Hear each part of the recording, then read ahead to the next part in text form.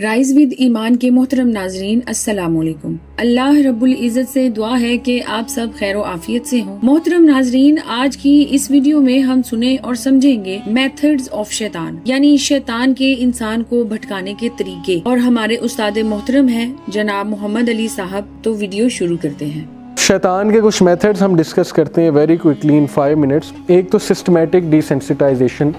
Systematic desensitisation psychology की एक therapy है कि किसी को फोबियाज़ का फियर होता है तो उन्हें सिस्टमेटिकली डिसेंसिटाइज किया जाता है उस फोबिया से। यानी कि एक बंदे को मगरमच्छ से डर लगता है, उसे सबसे पहले आप मगरमच्छ की पिक्चर दिखाएंगे, थोड़ा सा सही होना शुरू होगा।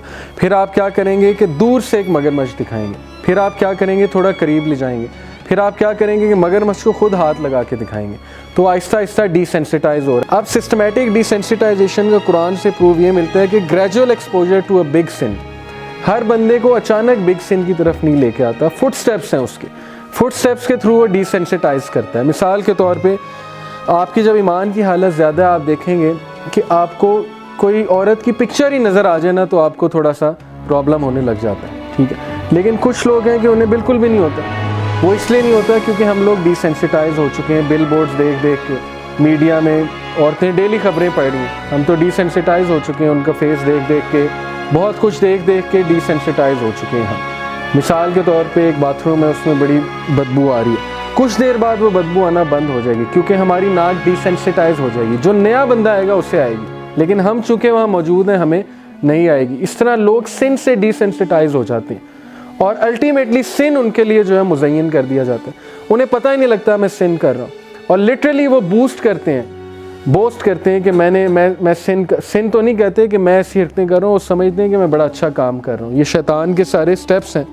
शैतान always attacks according to the nature and level of commitment. O you believe follow not the footsteps of शैतान। उसके फुट स्टेप्स को भी फॉलो ना करो।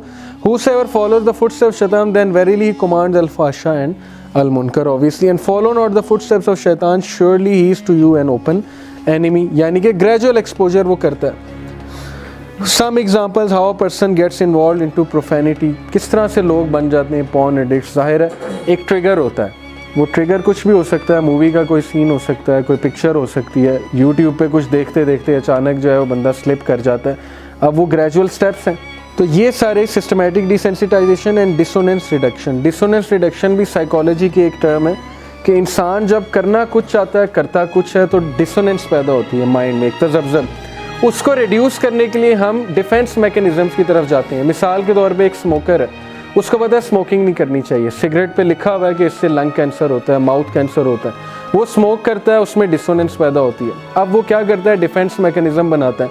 पहला डिफेंस मैकेनिज़्म बनाता है कि सारे पीते हैं, मैं भी पीता हूँ तो इसमें क्या है। फिर वो कहता है कि कूल है, ये संजय दत्त पीता है, सुनील शेट्टी पीता है और बड़े कूल लगते हैं वो बॉयज़, और हॉलीवुड में दिखाते हैं सिगार पीते हैं तो it's cool thing, so I should also smoke. फिर वो बनाता है कि नहीं ये झूठ है कि इससे लंग कैंसर होता है, मैं नहीं मानता, ये बस गप है, ये ऐसे ही सारी बकवास है। अब डिफेंस मैकेनिज़्म से उसकी डिसोनेंस जो है वो कम होती है।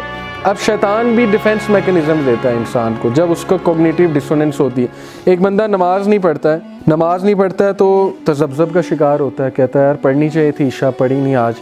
अचानक उसे होता है कि पढ़ूँ, लेकिन डिफेंस मैकेनिज़म्स आ जाते हैं। डिफेंस मैकेनिज़्म ये कि चलो कल से पढ़ेंगे, या डिफेंस मैकेनिज़्म है कि लो 99% लोग नहीं पढ़ते, मैं भी नहीं पढ़ता तो इसमें क्या है। या ये एक वो कहता है कि नमाज तो दिल की होती है, पढ़नी ही नहीं चाहिए, ये सब बकवास है, नमाज तो कायम करने का हुक्म है, पढ़ने का हुक्म नहीं है, इस तरह भी लोग कहते हैं। ये सारे क्या है, शैतान made fair seeming to them that which they used to do. यानी उसने उनको डिफेंस मैकेनिज़म्स दिए शैतान ने डिसोनेंस रिडक्शन के लिए। शैतान made their deeds fair seeming. ये जो डिसोनेंस है ना, इसको कुरान में कहा गया नफ्सुल लव्वामा। अल्लाह ने इसकी कसम खाई है, ला उक़सिमु बियौमिल क़ियामा वला उक़सिमु बिन्नफ्सिल लव्वामा। लेकिन शैतान इस नफ्स का दुश्मन है क्योंकि ये सेल्फ रिप्रोचिंग चीज़ है एक बंदे में, कि बंदे को ना वो चीज़ एहसास दिलाती है कि तुम गलत कर रहे हो, आवाज़ आती है अंदर से। लेकिन शैतान ने उस चीज़ को गलत कर दिया, शैतान ने उस चीज़ को एक डिफेंस मैकेनिज़्म दिया है और नफ्सुल अम्मारा की तरफ ले गया। नफ्सुल अम्मारा is the second type of नफ्स। नफ्सुल अम्मारा है कि जो हम पे हावी हो जाए। बेसिकली 3 नफ्स है ना, नफ्सुल मुतमइन्ना, नफ्सुल अम्मारा और नफ्सुल लव्वामा। लेकिन नफ्सुल अम्मारा जब हावी हो गया तो इसका मतलब है कि हम गलत साइड पे चले गए।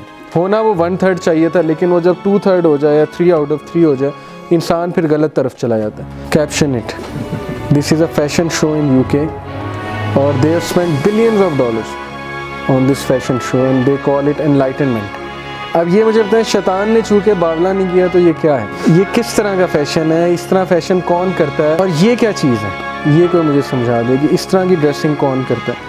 अब देखें कि किस तरह से बेवकूफ़ शैतान ने उन्हें बनाया हुआ, किस तरह की चीज़ों में उन्हें इन्वॉल्व किया, वो अपना टाइम कहाँ पे वेस्ट कर रहे हैं just because they have nothing to do. उनको पता नहीं कि ज़िंदगी के साथ हमने करना क्या है, तो बस अब ये इन चीज़ों की तरफ लगे हुए।